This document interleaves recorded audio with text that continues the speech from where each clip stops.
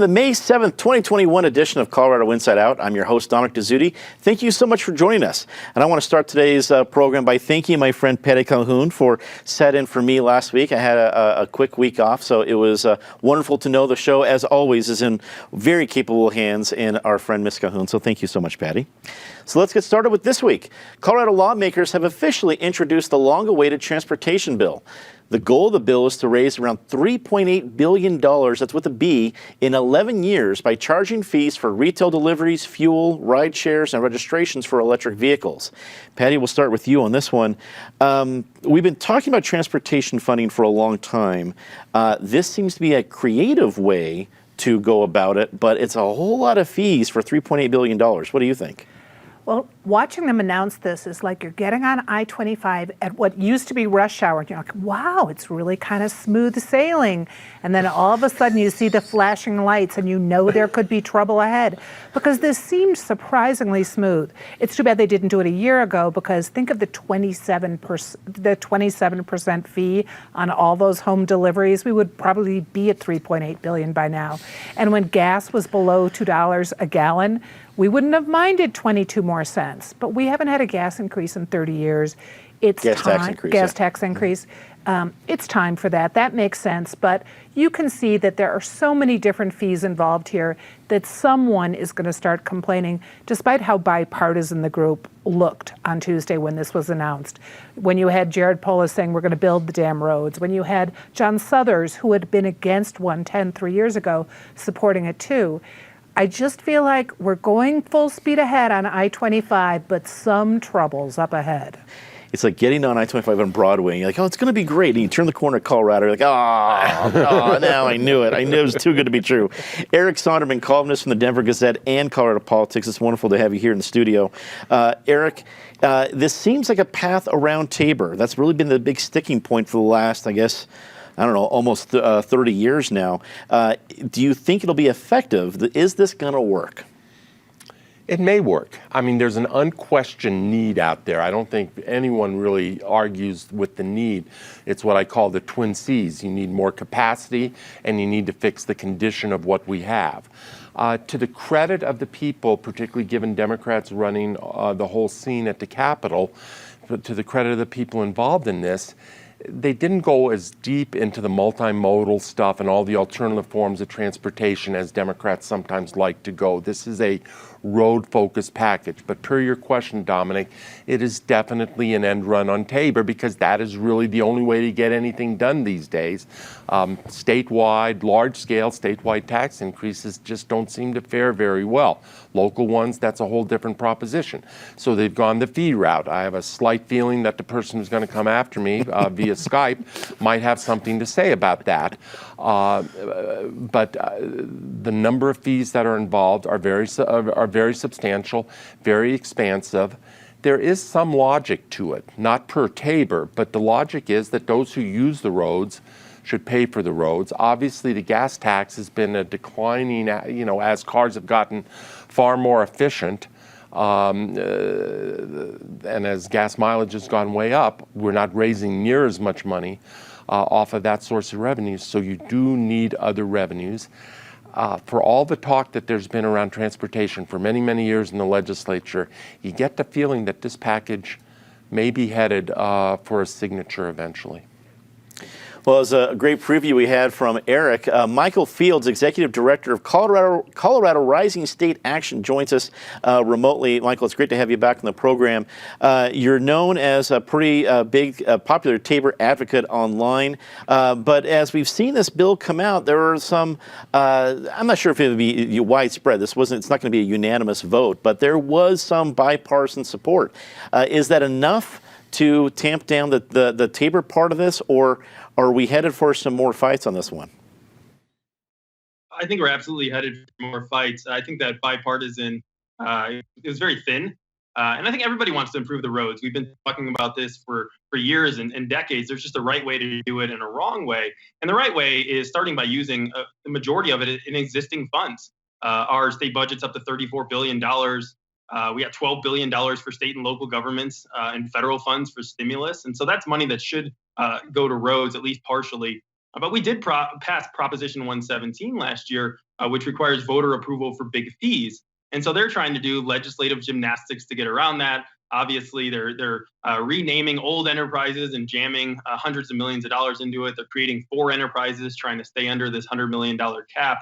People know what they're doing, and I think there's going to be a court challenge because of it, because these serve primarily the same purpose. We knew they would do something like this, and so we tried to head it off. We'll see what the courts say. But I think the important part is, Governor Polis and other Democrats have said they strongly support Tabor. Polis said he believes in the right of voters to weigh in on tax increases. He just didn't mention that if it's a $4 billion fee increase, then it's perfectly fine. They can just ram it through. And so these are the kind of things you do when you think you have a permanent majority. And I think this is going to be a big topic during the midterms next year. And I think voters will get the last say in this after all. Also join us remotely, Wendy Howell, the state director of Colorado's Working Families Party. Wendy, it's great to have you back on the program.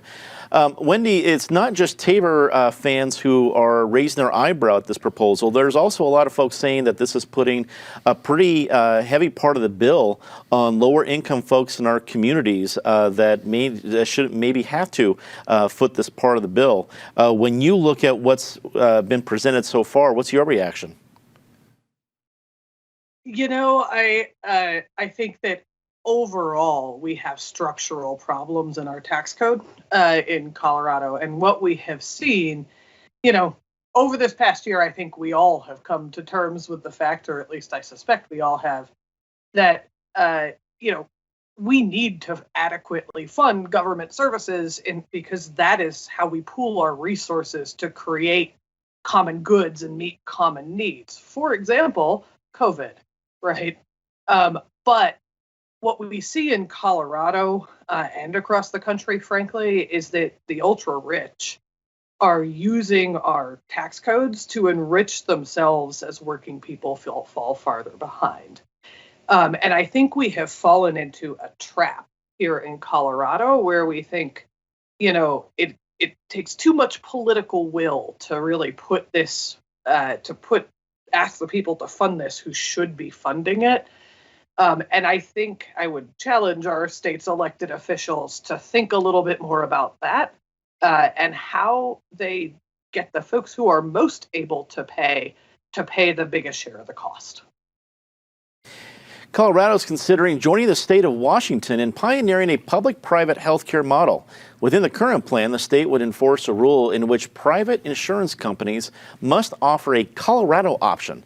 The option would use set rates in an effort to lower overall insurance costs. The bill is currently being debated in the legislature.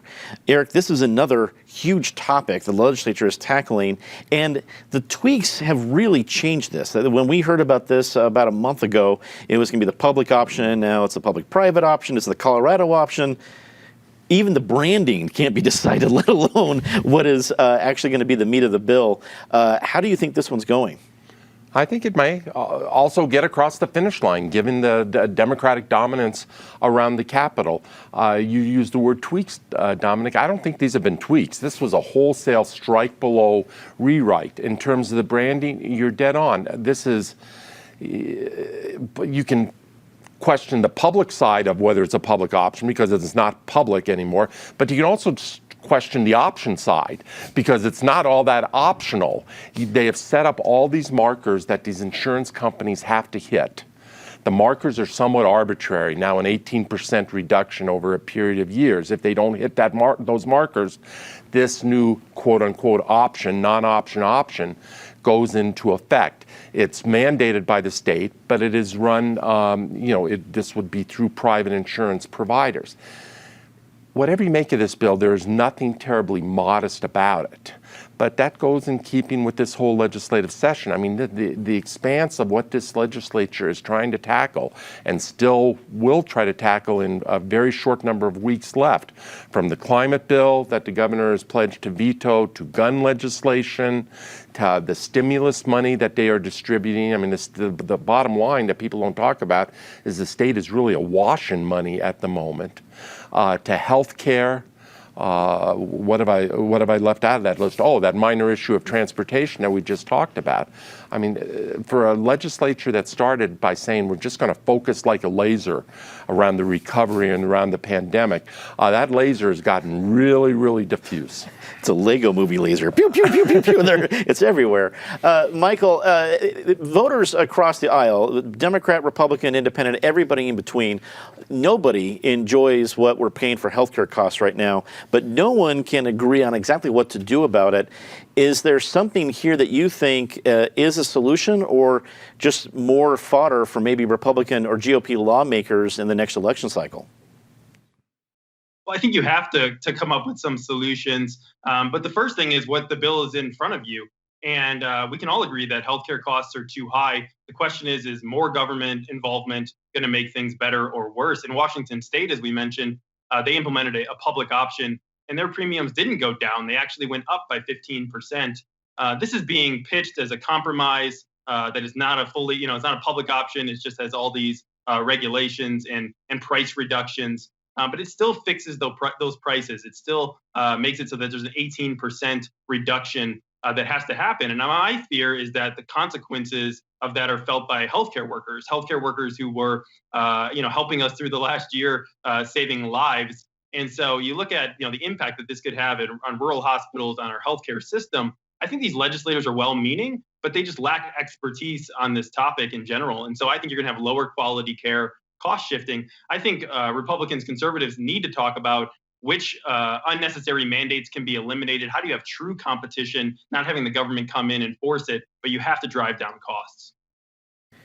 Wendy, one of the concerns from some critics of this bill is that with all the different changes and tweaking, are the teeth being taken out of it, and therefore will real change happen for folks in the street or folks that, in these individual and small group plans that are targeted to be benefited, but can they really be benefited if some of the industry is actually for this bill?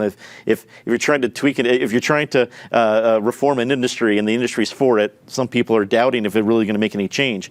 What do you think about the real change possible from this bill? I will just start by saying that this issue is personal for me. I have spent many years as an organizer working with healthcare workers, with frontline nurses and other caregivers. And so I've sat in the hospital break rooms for hours on end talking to people about, what they feel like is wrong with healthcare. And fundamentally, the bottom line is that, we have healthcare systems that are not being run by caregivers. And that is the refrain I hear over and over again from frontline caregivers. And they're being run in a business model, right? And so I would be remiss if I didn't say that I'm a little bit frustrated to see that business model healthcare-ism, which focuses on what businesses focus on, which is the bottom line, creeping into this bill. Because frankly, it's, I think we should be centering the voices of caregivers, and I think we should be centering the voices of patients, and that business leaders should not be driving changes in this bill. Patty, this is an enormous issue along with what we just talked about with transportation and others waiting for the legislature to tackle. And May is already 7 days through. There's not a whole lot of time left on the legislative calendar. Is this going to cross the finish line? Well, even if it makes it out of the House today, which it probably will, we're going to see some fighting in the Senate. As Wendy said, all of a sudden it's become much more kind of a business and even business-friendly bill as opposed to what it was originally set out to do, which is help the people who have not really been helped by the Affordable Care Bill, who are still facing really big bills from a business that is making a lot of money, even in this horrible year when we've relied so much on our healthcare professionals. The people who are working on the front lines, they're not necessarily benefiting the way the healthcare industry bigwigs are on this. So I think we'll see some changes coming in the Senate. Will it cross the line? Let's see. Eric said yes, so I'm going to say no. Always a good bet at this table. Yeah. Governor Jared Polis recently announced an amendment to mask regulations. Masks won't be required for indoor events as long as 80% of the attendees have been vaccinated. Meanwhile, in Denver, Mayor Hancock has asked that downtown employees head back to the office. Michael, we start with you on this one. I can understand Mayor Hancock's urgency behind, hey, let's get people back downtown. That'll help small businesses, things like that. I don't know if that suddenly changes the post-COVID or soon-to-be post-COVID employee model, but that's not for me to determine. When you look at how we're handling this next step of COVID, changing mask mandates, everything else, how do you think it's going? Well, I think it's hard. We've never gone through this before, and so I think the good news, though, is that we're heading in the right direction. More people are getting vaccinated. That means more people are going back to work. They're shopping. They're eating out. I've seen a lot more people out and about in these last couple months. I don't know how this verifying vaccination thing is going to work. I don't know how you're verified or who's going to verify it. But I think obviously there are other counties that are on that level green. That don't have to have masks indoors right now. And I think you're right regarding Denver. It's no surprise that the mayor is going to say, everybody come back. 135,000 people work in downtown Denver. And, they want to get that economy back moving downtown for sure. But I think you're right. The employers, it's ultimately up to employers. And I think a lot of them are going to change their models because there's been, in some areas, a rise in productivity for people being home. And so it's yet to be seen how all these changes will impact everything. Wendy, when I walk into an establishment, I can tell if someone's wearing a mask or not, but I can't easily tell if they've been vaccinated or not. And I could just imagine as much trouble business people had to asking customers coming in, can you put on a mask? Imagine what it's going to be like. Can you now show me your verified vaccination card? So do you think we're headed for some more difficult times with less mandates from governments and now more businesses having to make that call one way or the other for their patrons? Yeah, that's a good question. I think human beings are interesting, right? Even amongst my friends and compatriots, I have some folks who have been absolutely raring to go, ready to be back in big crowds and eating out and all of that. And some who are like, I kind of like this being at home a lot more and cooking more at home. And so I'm really curious to see kind of, long-term behavioral shifts. There's a lot of folks saying that if we're headed back towards kind of the roaring 20s, another roaring 20s, and for similar reasons. And I certainly hope that's true, but I have no idea whether it is or not. And as for the, checking whether people are vaccinated, I honestly have no idea, but I can say that frontline workers have learned how to adapt to folks who don't like to conform to the rules. And so I suspect they have developed some skills along those lines. Patty, I'm very interested in finding out how businesses might handle this, because if I own a bar and I can prove and I can know that everybody in there is vaccinated, it can be like February 2020.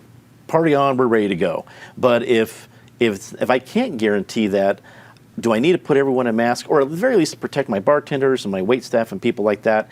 I could see some businesses being pretty hardcore about show me your vaccination card. I can see other businesses saying it's all over, don't worry about it, and everybody in between. What do you think is going to happen? Well, I think we're going to see a lot more rules coming down as the state and the city shift. We've already seen it a couple of times this week saying, well, we didn't quite mean that. This is what we mean, because the issue is, can you actually demand a vaccination card? If you're an employer, can you demand that your employees be vaccinated? The rules go in and out. If you're a business, can you actually demand that people either wear masks or show their card? There have been threats of lawsuits over that, too, with a few restaurants that want to do it. On the other hand, you want to keep your employees safe. And if you're a restaurant, you're going to want to make sure that people are vaccinated if they can be. I've been out and about every day, actually, since this started. I've been downtown, and the first time I couldn't find a parking place downtown was the day of the press conference at Union Station to announce that Denver's back in business. It's not quite that close, but you do see people eager to get out, but they also still want to feel safe. And we're at that high plateau. We are not trending down as fast as we would like to. So I think we'll see some new rules coming up as people are confused. For example, in a grocery store, you are still supposed to wear a mask. Eric, the term independent cuss has been used to describe many Coloradans.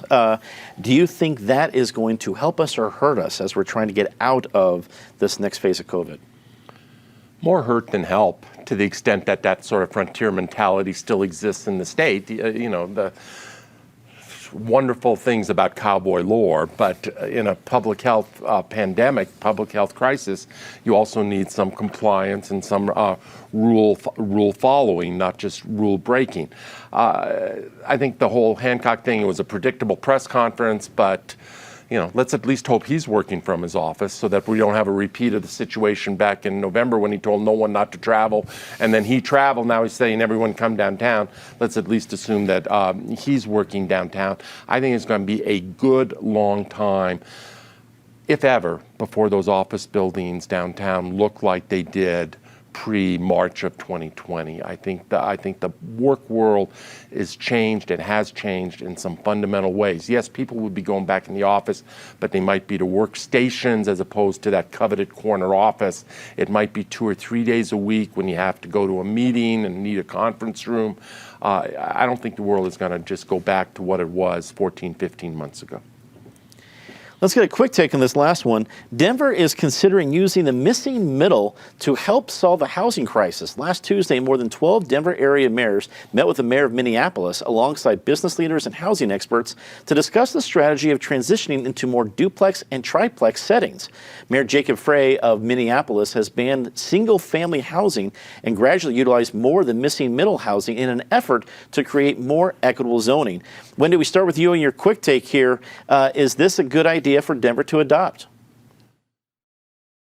I don't know about going so far as to ban single-family housing, but I think there's a balance to strike here, because what we see is, in some of, I'll speak to Denver specifically, in some of Denver's neighborhoods, we see corporate developers coming in and building things that completely are out of character with the neighborhoods. I think the Highlands is a great example of some of that, where you have sort of traditional Denver brick homes next to kind of monstrosities where on a single family lot they've put together 5 modern, condos that are just do not fit in the neighborhood.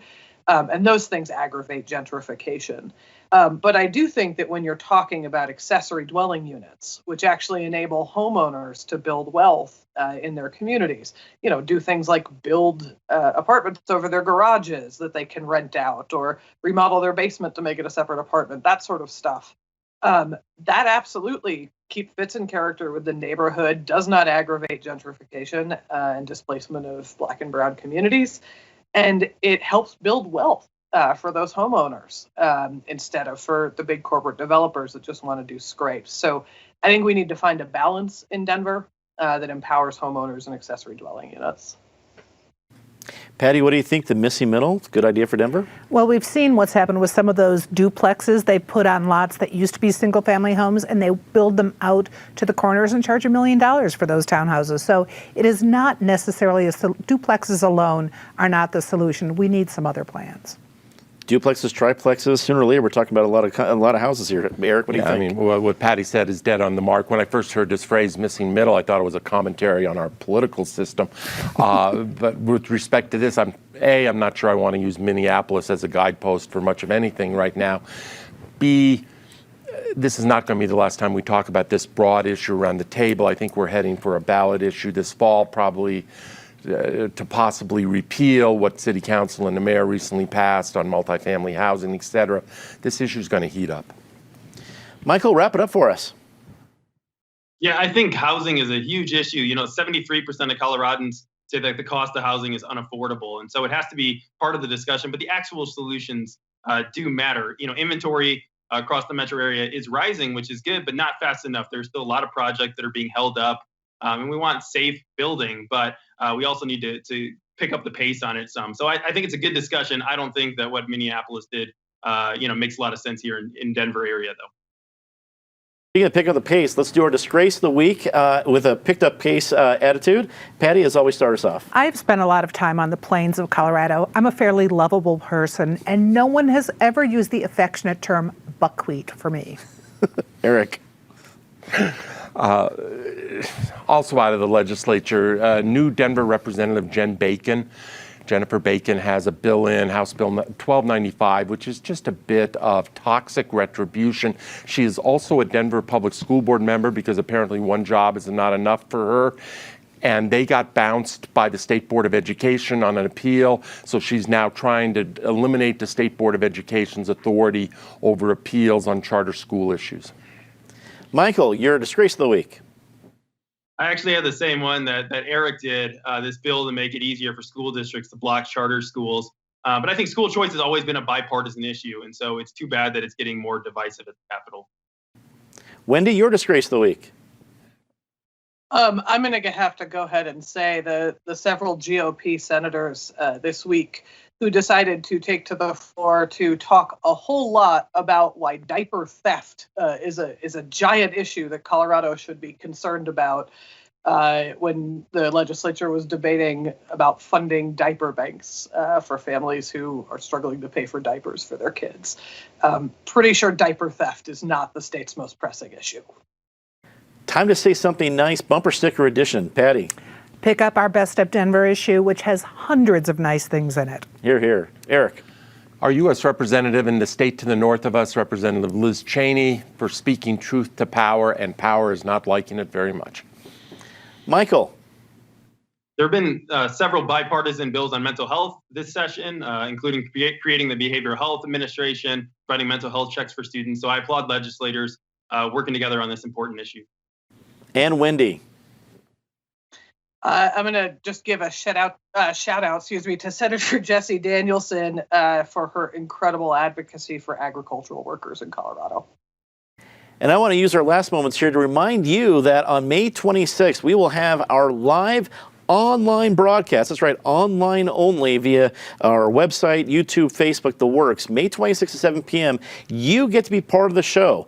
You can take your questions and email them to cio@pbs12.org. We're going to be very excited to feature your questions and input. It's your chance to talk to the panel. We'll have Patty, David, Eric, Penn, and Natasha all here answering questions about how the show gets done, the kind of things you want to talk about. You get to be part of the program, but it is online only and a way that you can be able to support the program that you hopefully love since you're watching right now.